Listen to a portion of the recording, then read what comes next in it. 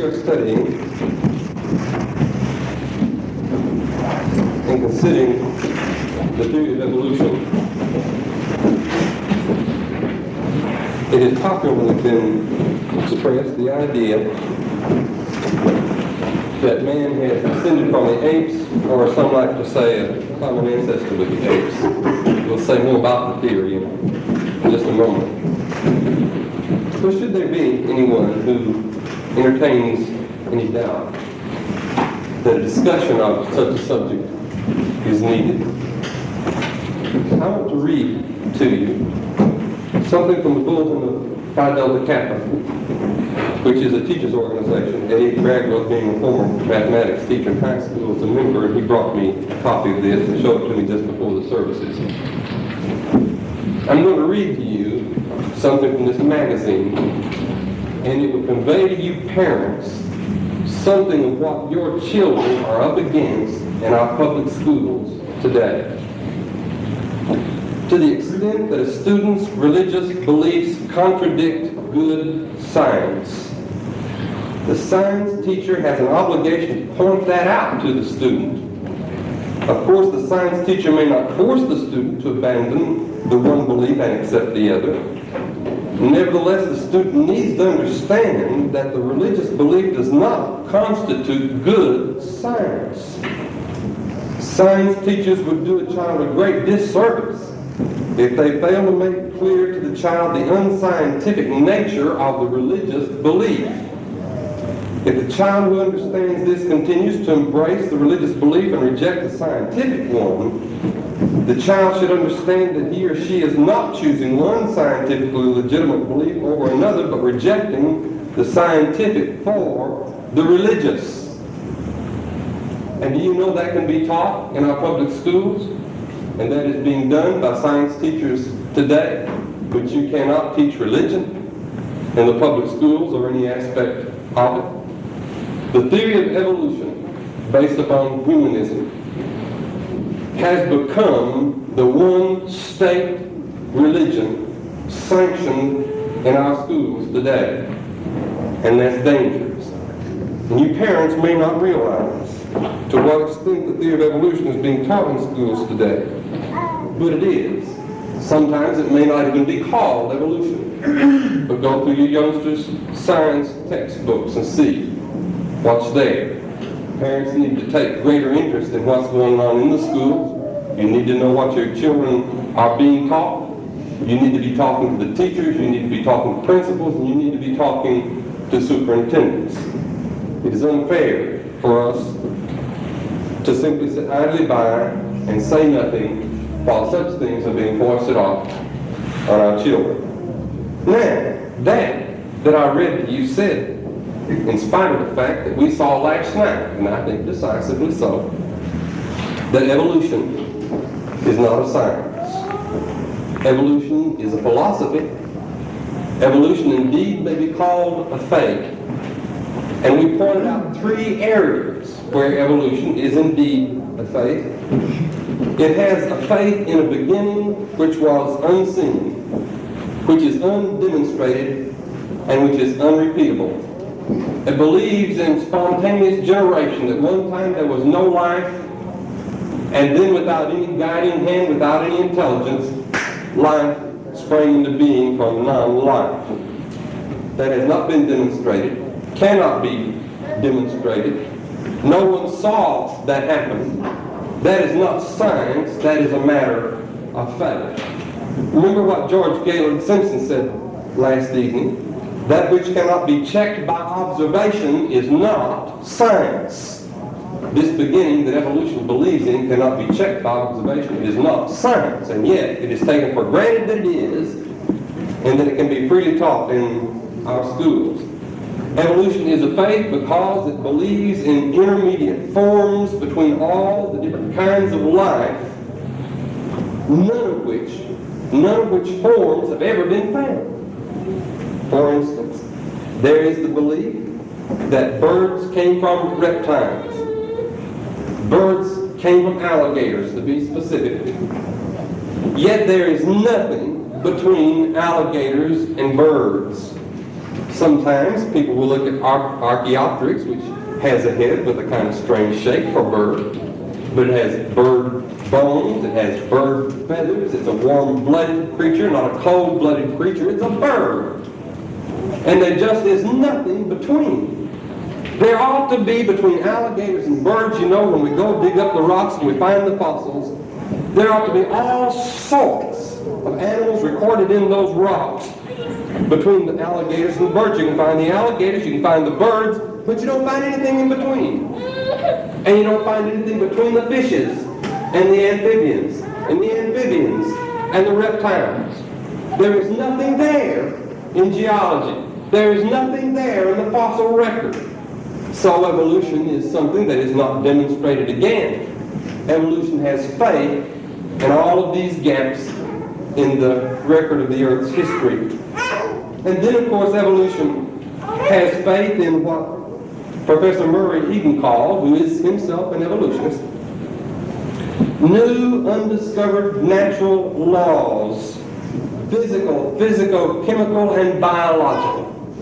He's saying we do not have the laws, we do not understand the laws, we cannot explain how evolution has taken place, and we must await new, undiscovered natural laws. Evolution has faith in those laws. They cannot read you those laws. They cannot demonstrate those laws. They cannot, by experiment, show you those laws. And what was it George Gaylord Simpson said? That which cannot be checked by observation is not science. And yet you can clearly see from the article that I read to you just a moment ago that evolution is considered science, and it is taught. And it is taught as fact. And the student has it made known to him that here is this supposed fact, and his religious belief is contrary to it, and his religious belief is not scientific. Neither is the theory of evolution. And I want to remind you that last night, when I read all of those objections against the theory of evolution, I did not read you one anti-evolutionist statement. Every one of them I read to you were statements from evolutionists. This evolutionist would attack this theory. This evolution would attack what this evolutionist believes. And you can take all their statements and destroy virtually every aspect of the theory of evolution, and yet they all still continue to believe in the theory of evolution. I want to remind you of what one of the most distinguished of all French scientists said last evening. His name is Pierre P. Grosset.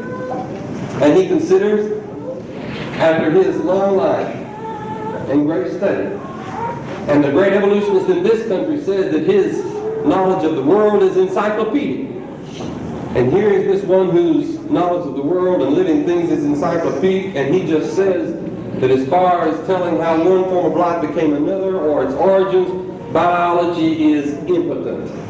And he expects it to remain that way.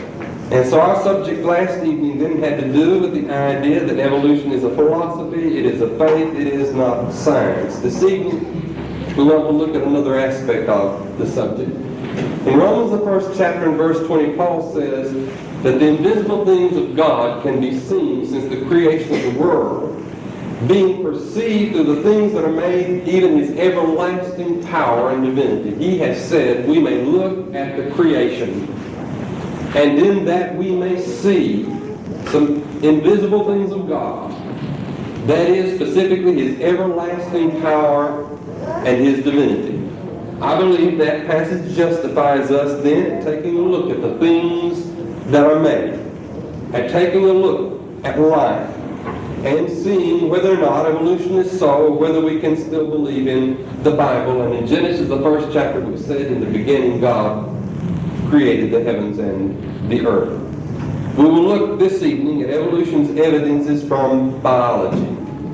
Now, when somebody attacks a position, it is easy for the one who has his position attacked to say, well, you simply erected a straw man and then flailed away at it. You should know this evening, if you listen closely, that I'm not erecting a straw man, neither did I last evening. I will give you evolutionary positions in the language of evolutionists. Then I will show you what other evolutionists say about those positions. It is not a straw man that we are considering. In the Bible, in the book of Genesis, you can read 7 times that everything produces after its own kind. You know, just from casual observation, what is happening in life and what has happened in life. Cats have cats, dogs have dogs, humans have humans, birds have birds. Everything produces after its own kind. As opposed to that, you have this concept of neo-Darwinian evolution that says the earth came into being 4 6/10 billion years ago. And it remained simply dead for 2 billion years when finally, somehow, some amino acids came into being. And after another 2 billion years, these amino acids had formed proteins somehow, which somehow had brought into existence a living cell which was able to produce itself. Somehow the proteins did that. None of that explained. Many guesses, many surmises, but nothing demonstrated, nothing proved. That's all a matter of faith. And then from these one-celled organisms, probably blue-green algae, you have the sea worms coming into existence, and they're producing the fishes, and the fishes then producing the amphibians, and the amphibians producing the reptiles, and the reptiles producing on the one hand birds, and on the other hand quadruped mammals. And then the quadruped mammals produce the apes, and the apes then produced us. Somehow. And yet we're sure that that is all good science. Eddie, I don't know if you did me a favor by showing me that statement tonight. I was going to be very low-key in this, and that's got me a little bit perturbed. I knew such things took place, but I had kind of conditioned myself to come up here this evening and then just kind of casually low-key go through this. I'll have to admit that my presentation this evening is not completely objective. It will be honest. But I'm vitally interested in who wins this debate. It is not just differing ideas about how we got here. It has to do with faith in God and whether or not He created the heavens and the earth on the one hand, and a humanistic philosophy on the other hand that makes man the apex and gives him the right to do whatever he wants to do or has the power to do. And when I consider that, I lose my objectivity. I hope I do not lose my honesty in considering the evidence. Let me say that one reason that evolution is a faith, as we saw last evening, and I want to expand that subject now, is that there is no sufficient mechanism for neo-Darwinism. There is no sufficient mechanism which can change an alligator into a bird. That's what I'm talking about. Though the evolutionist has to believe that it is there. The evolutionists have gone through different kinds of thinking. First of all, well, it wasn't the first. The theory of evolution really can go back to the ancient Greeks, who were trying to get away from a belief in a deity. But Lamarck, a man that Darwin admired and from whom he borrowed greatly, believed in what's called the transmission of acquired characteristics. The different forms of life develop because if we go back to our alligator and bird again, and I'm not going to apologize for using that, that's what the evolutionist believes. And if I say that a lot, our young people will be prepared to go from here and ask the teachers, how did the alligator turn into a bird? So when I'm talking about no mechanism, there is no mechanism which can turn this alligator into a bird, but Lamarck said this: the reptiles began running around more upright, and in their swiftness the wind hit their scales and frightened the scales and turned them into feathers. And then once that had happened, can't you just see one of these little fellows running like that? This fellow who had developed the feathers passed that on to his offspring. And such arguments as this were made. If you look at the hair on your arm, now every time I say this, somebody says, my hair doesn't do like that. The hairs on the upper part of your arm go down this way. And the hairs on the lower part of your arm may start out that way, and may start out sideways, but they curve back. So that your hair is growing like this, and your hair is growing like this. And the reason for that is, our ape ancestors, as they sat in the trees and it rained, put their hands over their head, and the water ran this way, and the water ran that way. And that characteristic was passed on to the offspring. Now that was in the beginning of the theory of evolution. You'll not hear too many evolutionists arguing that today, but I have heard some high school teachers get close to that. And so that's how Lamarck explained one animal developing into another. Of course, you've got a long way to go from hair going in different directions to turn one kind of animal into another kind of animal. There was one scientist that took this so seriously that he went through 20 generations of mice cutting their tails off. And since they kept being born with tails, he decided there wasn't anything to the transmission of acquired characteristics. If he had just looked at Cocker Spaniels, he could have saved himself all that trouble. Cocker Spaniels in every generation have their little tails cut off, and they keep being born with tails. Now the reason I mention that is, if we came from the monkeys through the apes and some common ancestor, what happened to our tails? Well, as the monkeys became more social and began to sit around on the rocks, there was something in the way. And it scrubbed the tail, and it was so inconvenient that finally they just sat their tails off. And as a result, the first one that had that happen to him, he, acquiring that characteristic, passed it on to his offspring, and they didn't have any tails. If they had thought again, 4,000 years of Hebrew circumcision ought to have taught them there's no such thing as the transmission of acquired characteristics. But that was taken seriously. Now to Darwin's credit, he changed the idea just a little bit, and instead of having one kind of animal acquire a characteristic and pass it on to his offspring, he believed in what is called natural selection, or what Herbert Spencer called the survival of the fittest.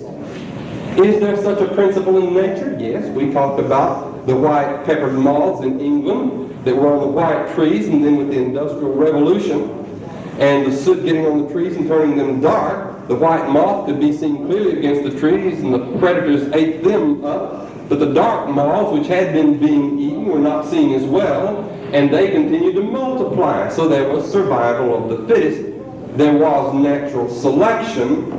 But the thing about natural selection is that while it might have such an effect as that, it might determine what survives, it doesn't bring into existence any new characteristics. Those were still moths. It didn't turn them into anything else, and that basically is what is wrong with this idea of new characters, new features, new living forms, new animals coming into existence by natural selection or survival of the fittest.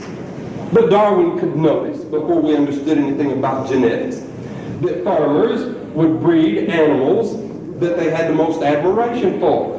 And the weaker animals and the kind that didn't suit them as well, they left alone. And of course, they could develop the kind of stock that they wanted. And so Darwin decided this same kind of thing took place in nature, and nature just kind of weeded out.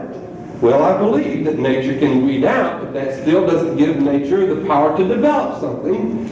But I'll show you the difference between Lamarck and Darwin in considering the long-necked giraffe. Lamarck would say that there was a great drought, and the giraffe had the need to stretch his neck, so he stretched and stretched his neck.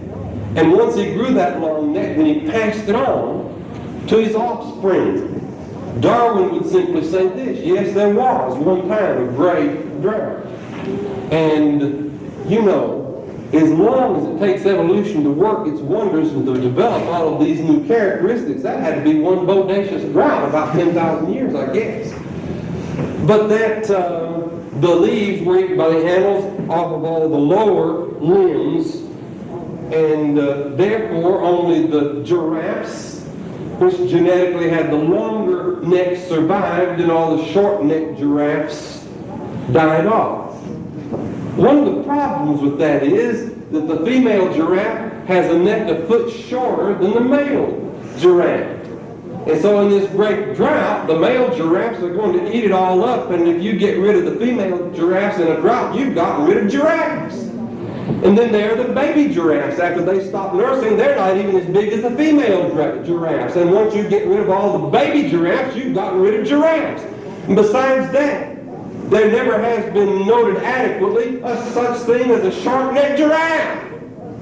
But Darwin could talk about it as if it had existed and explain how the giraffe came to have a long neck.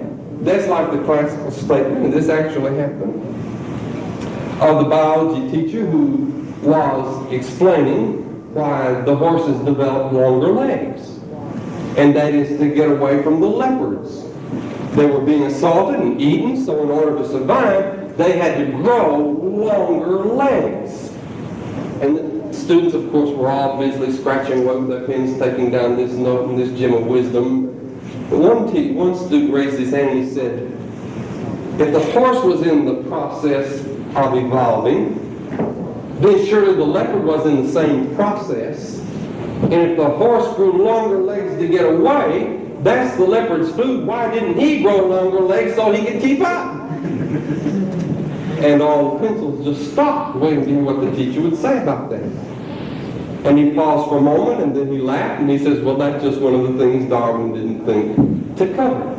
But had no one said anything about that, all of those students would have accepted that as an explanation as to how the horses got longer legs. Somebody did some thinking, more thinking than the evolutionists did, indeed. Well, let me say again, natural selection, or survival of the fittest, eliminates the unfit, but it never has originated a new character. It didn't grow a trunk on a horse and make an elephant, for instance. If through some mutation or some means there was something inferior born, he may not have made it and he may have died off. But evolution doesn't need a way to get rid of forms of life. What evolution needs is something that can develop new kinds and new forms of life.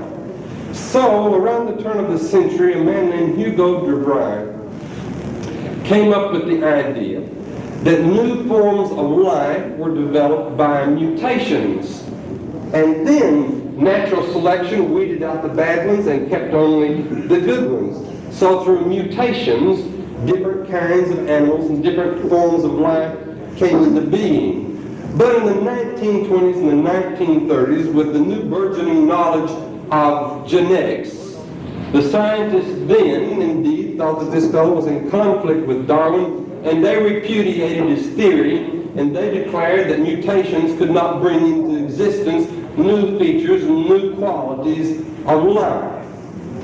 It says something, I think, about the present state of scientific thinking.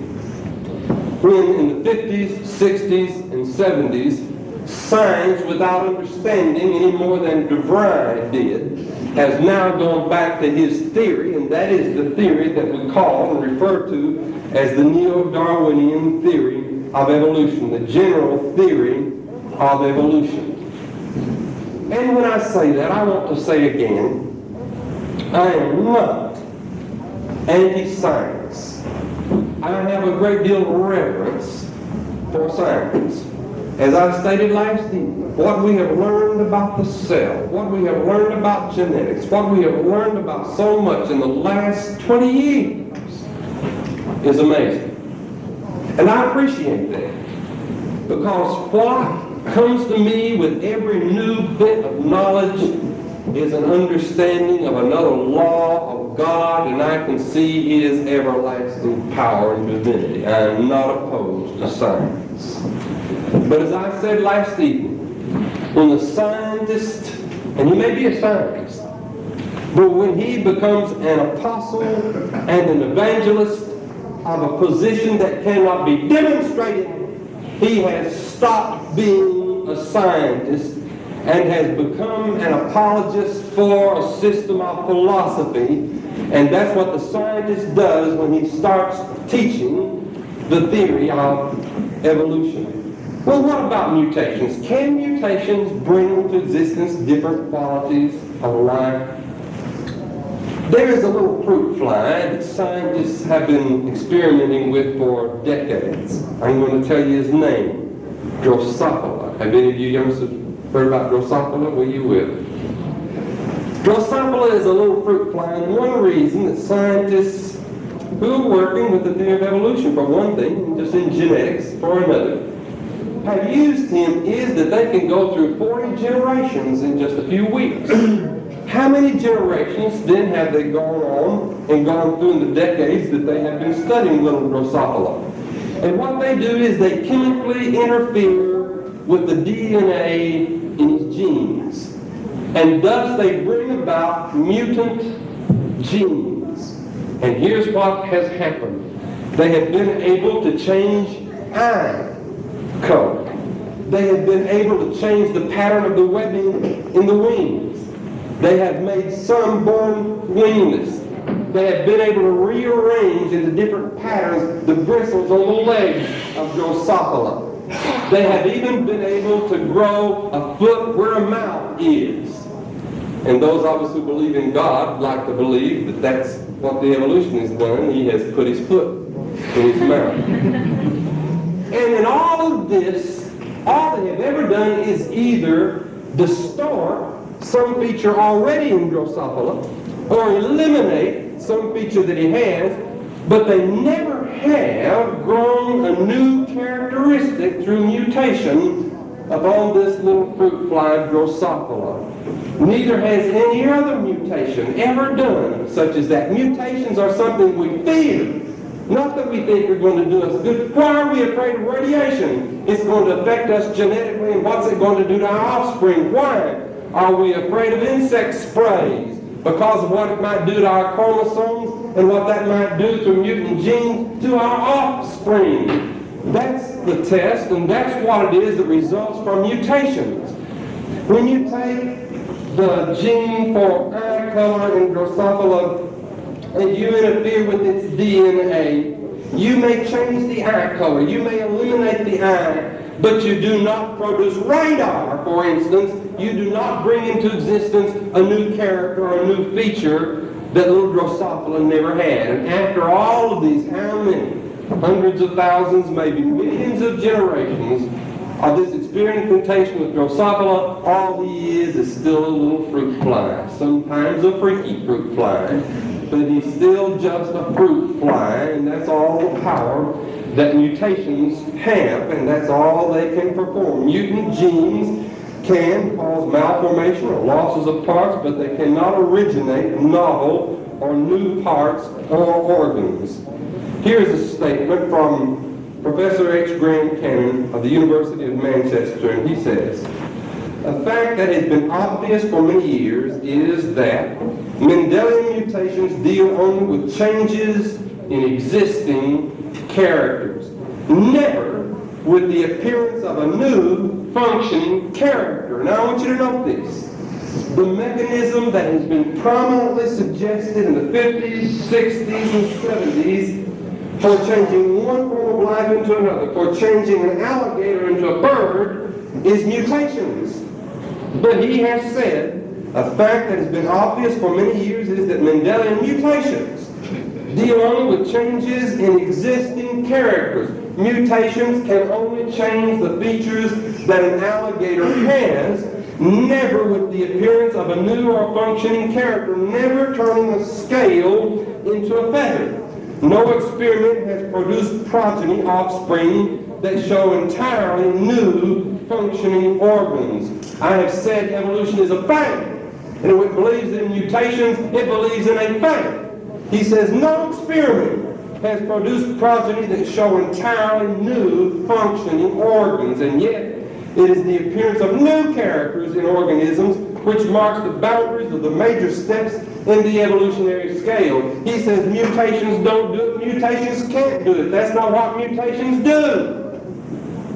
Evolution is not a science. Evolution is a philosophy.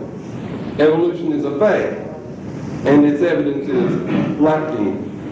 Interfering with Drosophila, for instance, they never have been able to produce a man's hand. That it can only bring mutations in the genes that are already there. What evolution needs seeds is a way to produce new genes, and this simply is not within the power of evolution. Let me read to you some other statements now about genes and mutation and the need for new genes. This is a statement of Richard Goldschmidt. Do you recall that name from last night at the University of California in Berkeley? An outstanding geneticist. And he says about mutations being able to produce new genes, I have always felt that this idea is very crude and, in addition, contrary to all that we know about the action of the gene.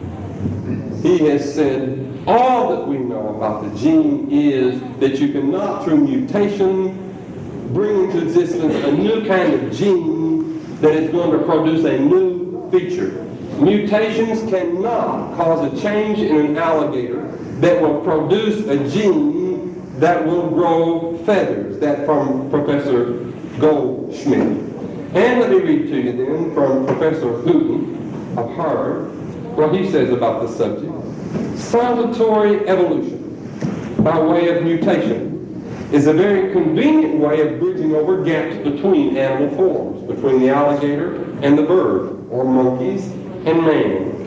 Now, I'm afraid that many anthropologists, including myself, have sinned against genetic science and are leaning upon a broken reed when we depend upon mutations, but mutations are the things that are being taught in school now as that which triggers evolution.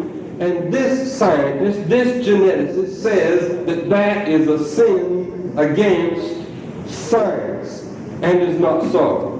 Well, so much for mutations, but there's another part to this neo-Darwinian theory, that it is mutation plus natural selection. So while we have treated mutation rather thoroughly in these past few moments, I want to read to you now about the idea of natural selection having anything to do with real evolution.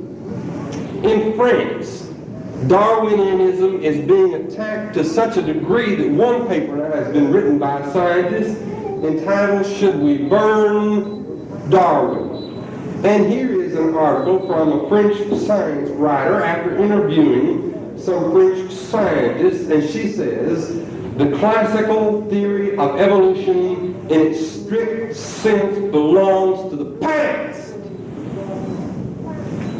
But it's being taught in our grade schools, and it's being taught in our high schools today.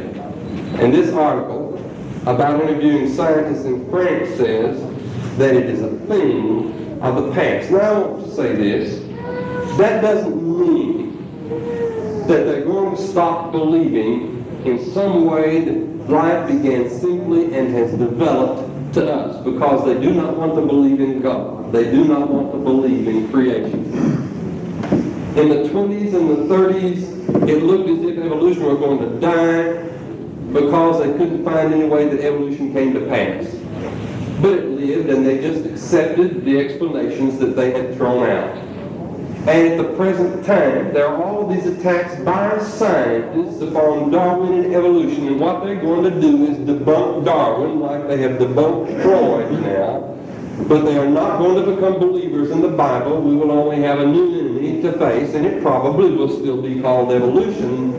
It simply will not be upon the old groundwork at all. And we've seen from the statement that we read last evening that the scientists who believe in evolution have no real idea as to how it occurs. They're just saying we know in the way we have thought it occurred that it has not occurred that way. Did I ever read this statement to you? Yes, I did. Even if they do not publicly take a definite stand, almost all French specialists hold today strong mental reservations as to the validity of natural selection. Natural selection is one of the most important words in your evolutionary crisis.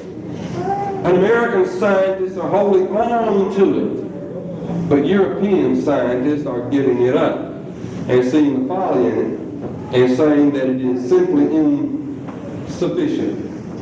Besides,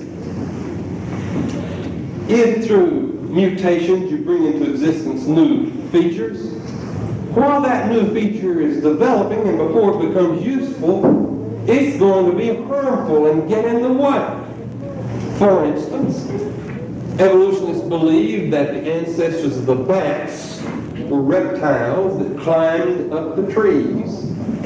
And so we find a little mutant gene which kind of sprouts something out on the side of this little lizard or whatever that's climbing up in the trees. And they grow and they're getting longer, but he can't fly with them yet. What's that going to do as he tries to climb around all of the limbs? And he's not mobile enough to do anything but climb on the tree. He would get it hung and it would get in the way, he would be unfit, and he just wouldn't make it. His predators could easily get to him, he would be easily trapped. A bat couldn't have developed that way. That would be not the survival of the fittest, but the survival of the unfit. Now, since there are bats, I take it then that bats did not evolve in that way, which would have been a very inconvenient way to try to come into existence with those things sticking out on their sides, which would have done nothing but gotten in the way until they turned into wings. Well, then there is this that I neglected to mention this evening that we talked about last evening. If we're going to talk about mutations and all these little steps then that have to be, the bat, he's got to make several changes to go from lizard to bat, and one of them is the growing of these wings. If we can find bats, and we have, but if we can find lizards, and we have, in the rocks, why haven't we found something between the lizards and the bats? There ought to be millions of things there in the process of evolution, and they are not there. Mutation simply cannot be an adequate cause then for evolution.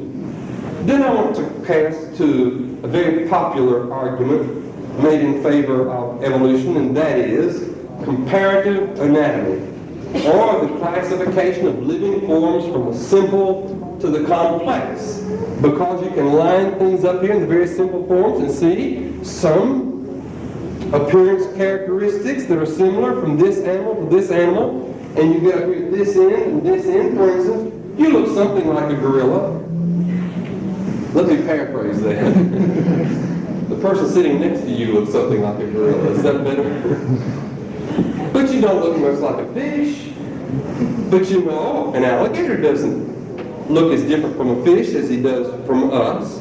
So you start down here with your protozoa, and then your many-celled forms of life, and your sea worms, and then your fish, and then your amphibians, and then your reptiles, and your reptiles into your birds, and your reptiles into quadruped mammals, and your mammals into apes, and your apes into men. Why? Just being able to line life up like that and looking at it shows very clearly that one came from the other, and we're at the top of the heap. And that forces resident within this first cell back here, and forces resident in each form of life all along the way the higher forms of life have developed. Well, let's see what we can do about that. About 4 6/10 billion years ago, the Earth came into existence, and there was a rock. And he was there for about 2 billion years, but he kept getting bumped around. And pretty soon, his sides got shaved off so there were 2 planes. And he kept getting hit, and of all things, he got hit so symmetrically that he turned around. And so one day, he just got up on his side and he rolled down the hill. He had popped into a wheel. And he enjoyed rolling down hills and rolling in the valleys. And with forces resident within himself one day, he thought, I can do more than this. And he sprouted an axle and duplicated himself on the other end of that and grew a bit and became an ox cart.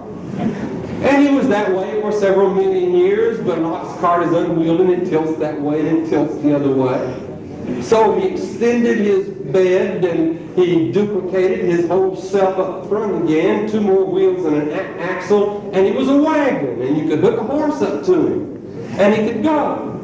But after a few million years, with forces resident within himself and no intellectual input into what he was becoming, simply by the forces that were already there, he got tired of depending on the horse, so he worked and fought and nudged, and grew an internal combustion engine and transmission and a drive shaft and a differential and antifreeze and air conditioning and glass, and he turned it into an automobile. And he was that way for a few million years, and he was driving over a hill one day. He hit the top of a crest, and he just felt like he could keep going out into space, but he couldn't. But with the forces resident that were there, and because he needed to, then he began to sprout some things out on the side there.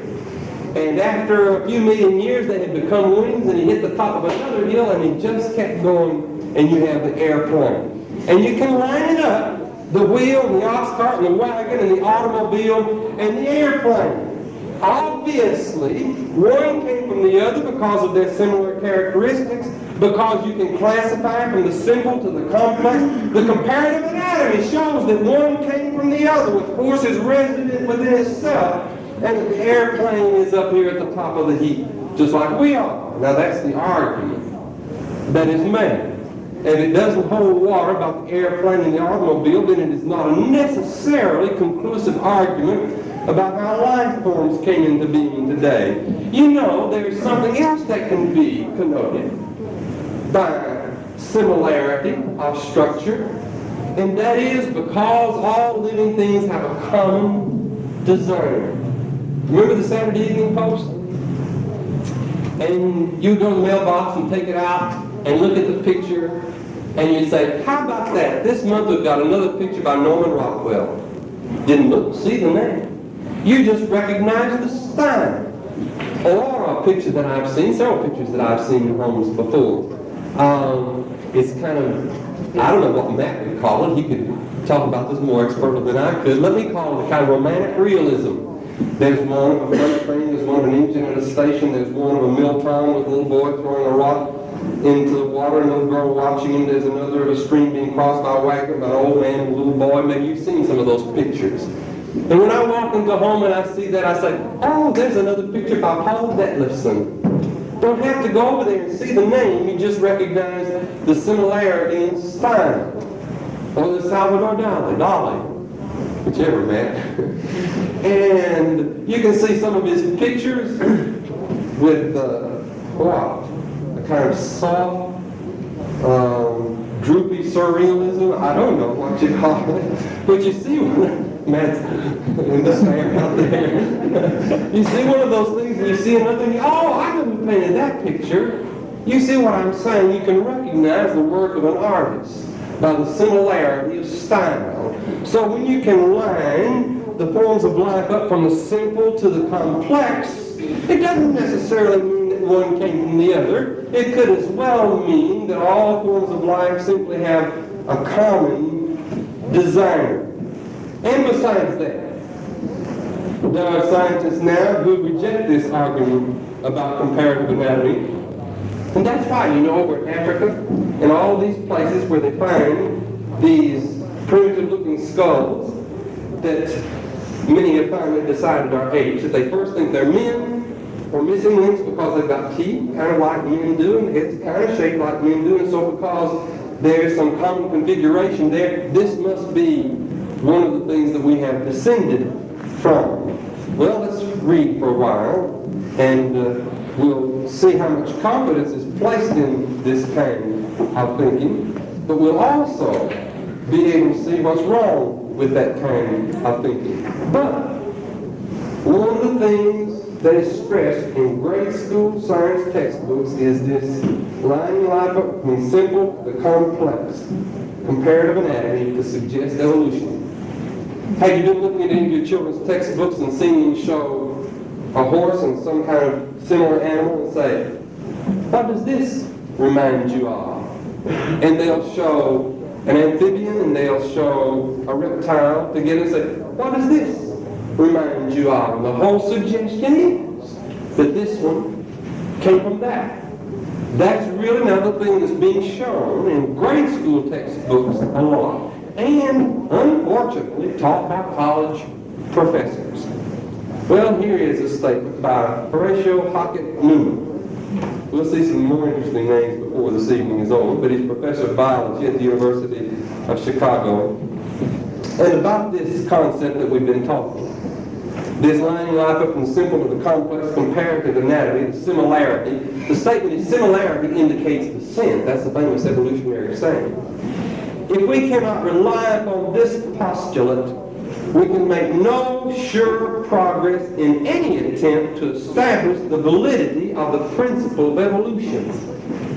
This scientist says if we can't rely upon this argument that I just made to you, he said we can make no sure progress in any attempt to establish the validity of evolution.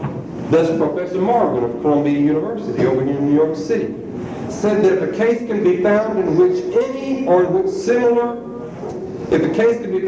similarity of characteristics does not relate to common ancestry.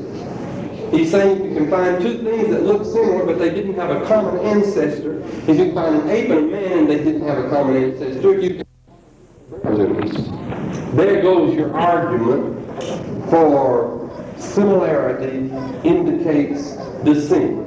Two animals look alike, apes and humans look alike, therefore they had a common ancestor.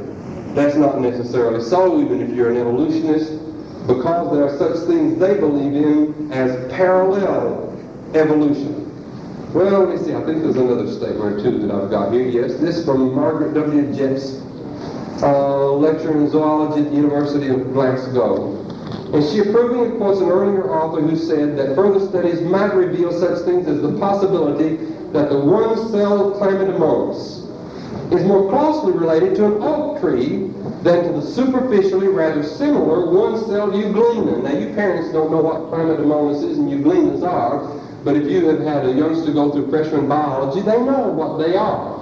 Little one-celled animals, some shaking their heads yes and some shaking their heads no.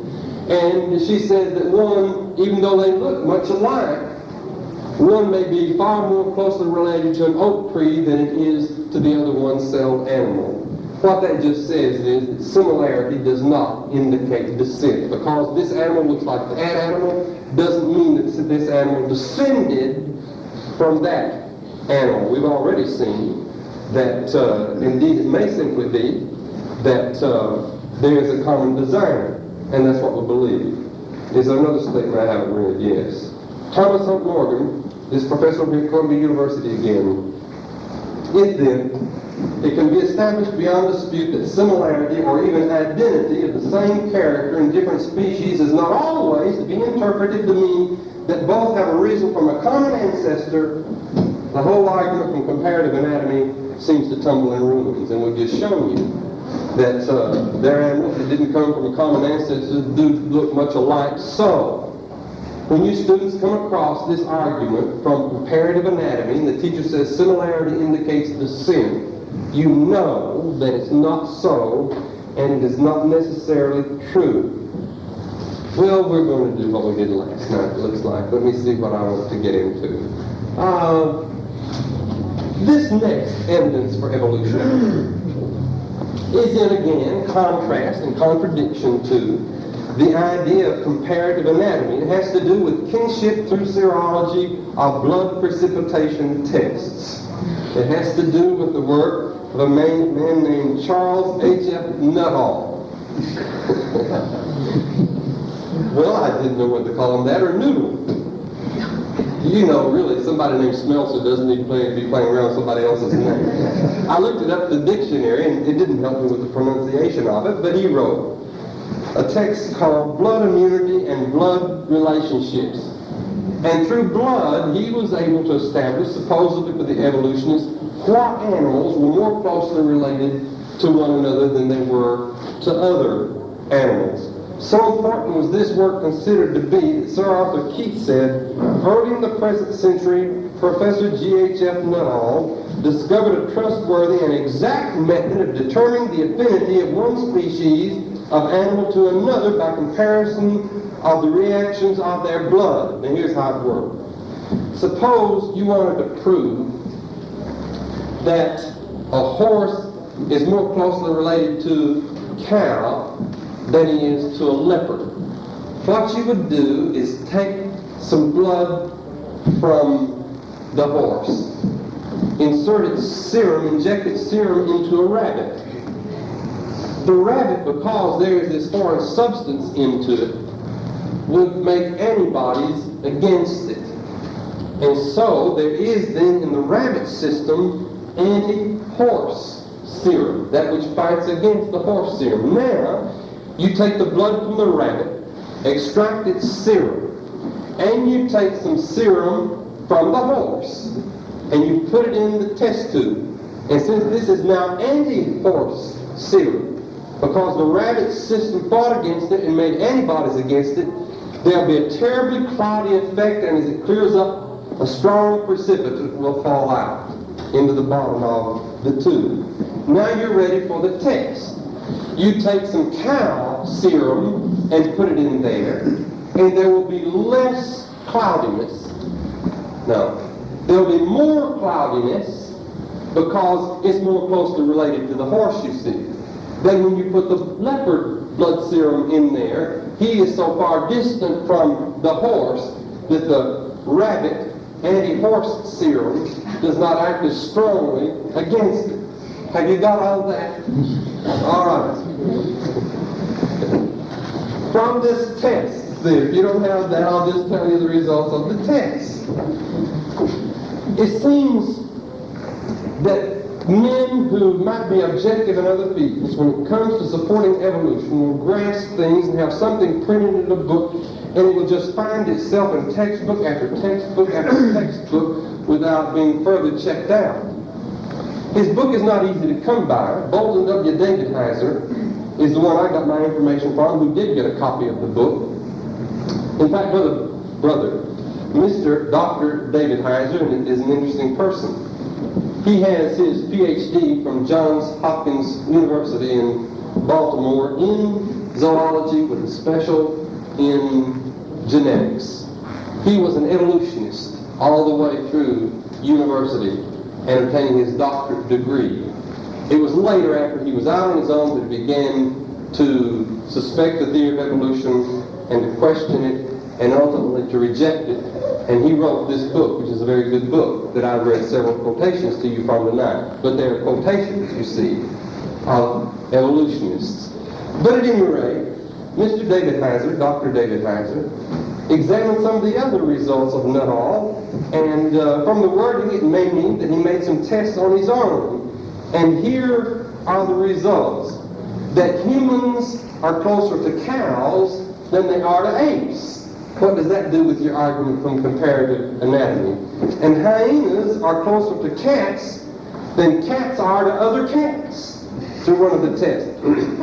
And kingfishers and petrels, which are birds, are closer to dogs than they are to chickens. And pheasants are closer to humans than they are to ostriches.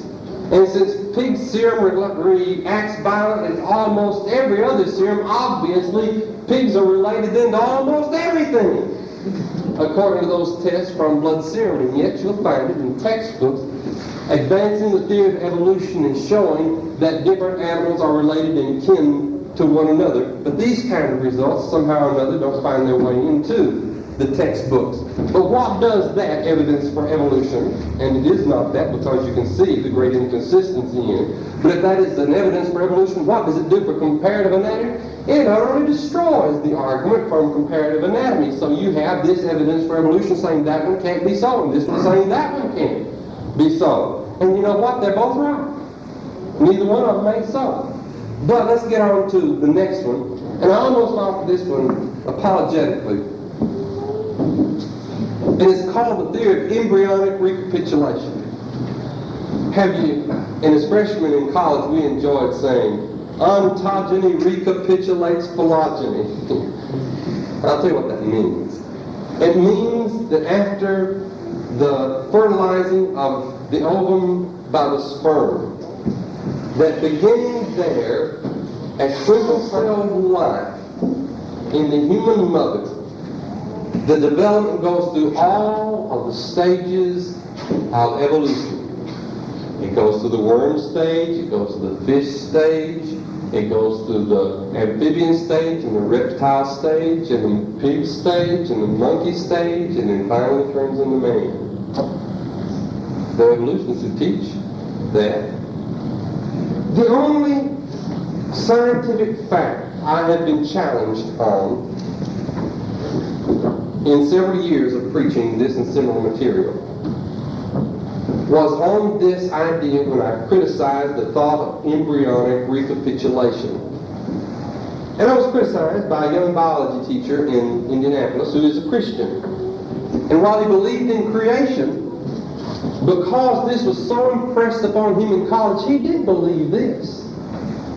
He believed that the fetus developing in the mother went through all the stages of evolution. Darwin said that this argument was second to none in proving his theory. Well, I gave this young biology teacher some material showing that wasn't so, and he considered it and was convinced it wasn't so. And for the next 2 years, he just borrowed my library on evolution and took it to his class and assigned work from it to his students, arguing against the theory of evolution.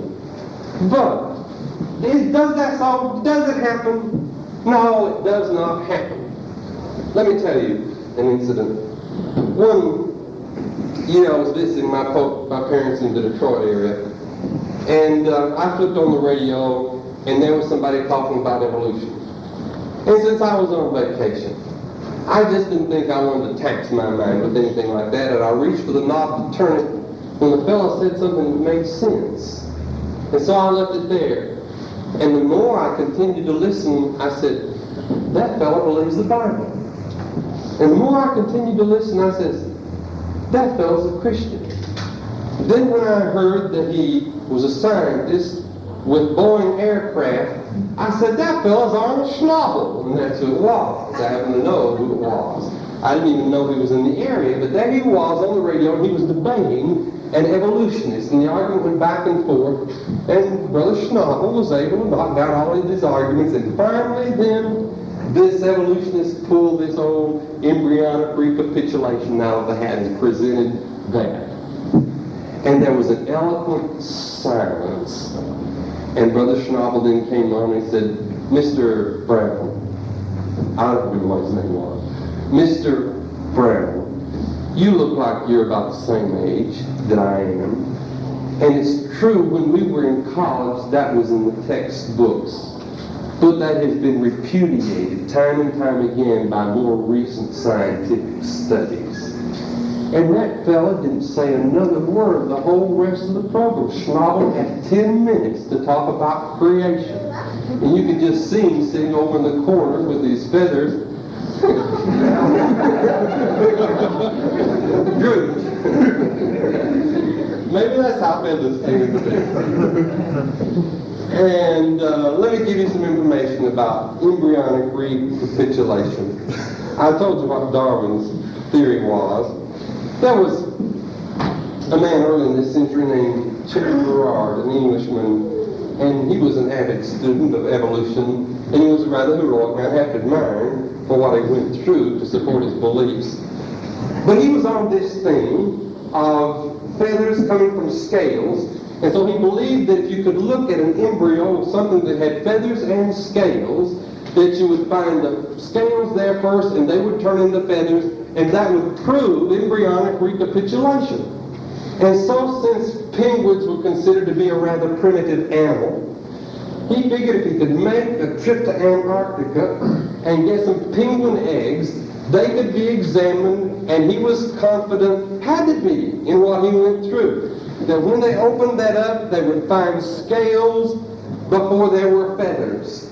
And so he made what has been one of the worst journeys anybody ever made with his compatriots. They left at a time when the sun was in the northern hemisphere, and it was dark most of the time, in cold, wrapped up warmly, but they would sweat and then it would turn to ice. Everything was freezing. One day he lifted up his head and stretched his neck to see off in a distance, and everything froze around his neck, and he had to spend the next 4 hours with his neck extended and couldn't do anything else about it. It was so cold that the nerves in his teeth died. All of his teeth cracked. One night they were walking along, and it was dark, and all they knew is that they were going down a hill, and the sledges were pushing them, and the moon came out from behind the cloud, and 3 steps in front of them was a great crevasse. And if the moon hadn't come out at just that moment, the whole expedition would have been ended, and that's where they would have been. Tremendous storms, 70 degrees below zero. they would pile rocks up and put a tent over the top. And the top was ripped off of the rocks, and there they were, and they would just crawl in down among the rocks, and the only thing that saved them was that they were covered with snow, and that kept them from freezing to death. They couldn't feel their feet for days. Frostbite was there. But finally they reached where the penguins were. And they got 5 eggs, but on the way back to camp they broke 2. And somebody suggested that they go back and get more, and they said, not a chance. We're heading back for camp. It's been 19 days since we've been gone. And so they finally made it back, went to England, took the eggs to the British Museum, and the report came back, there are feathers there, and scales on the feet haven't even formed yet. If embryonic recapitulation were so, there should have been scales that would turn into feathers. No, the theory is not so. Here's a statement by Jane Oppenheimer of Bryn Mawr College, taken from Science, January 2nd, 1959. A number of embryologists now question whether attacks on the recapitulation theory are any longer necessary. Certainly a number of recent textbooks, while they may still describe the doctrine, refute it at the same time. There seem to be increasing and fewer who label it as tenable. Unfortunately, that was in 1959. For such is the power of evolution. And so unquestionably do people accept it, that theory is back in the textbooks. It was in textbooks of some of my youngsters and other young people that I have worked with. Embryonic recapitulation. Scientists at the top level repudiate, but the textbook writers have it there. Well, I'm going to close the discussion there and simply say, there is no mechanism that has explained evolution, how one form of life can change into another form of life that makes it a matter of faith. You may take a gene pool and you may cause mutations and you may play with it, but all you're ever going to do is produce the same kind of creature. You may make a freak out of him. You may change the color of his eyes, the shape of something. A mother may take thalidomide and induce chromosomal damage, and her children will be born without arms, but they're still children, they're still human beings, and no matter any of that, and no matter how you shuffle the genes, is going to produce a new life form. This is what it's like. You can take a deck of cards and shuffle it in a million different ways. It'll be stacked differently every time you shuffle it. You can even put another deck there, and you can get more and different arrangements, but it's still a pack of cards. What the evolutionist needs to do is be shuffling the cards, put them on the table, and pick them up to shuffle, and out falls a domino. That's what evolution needs, not just shuffling genes. It needs from shuffling the genes to produce a domino. And it never has, and until it does, evolution is not science. It is a faith, it is a philosophy, and it is a godless one, and it is destroying the faith of young people today. If you are not a Christian and you would put your faith in God and accept His salvation in Jesus Christ, we're going to stand and sing and bid you come while we do sing.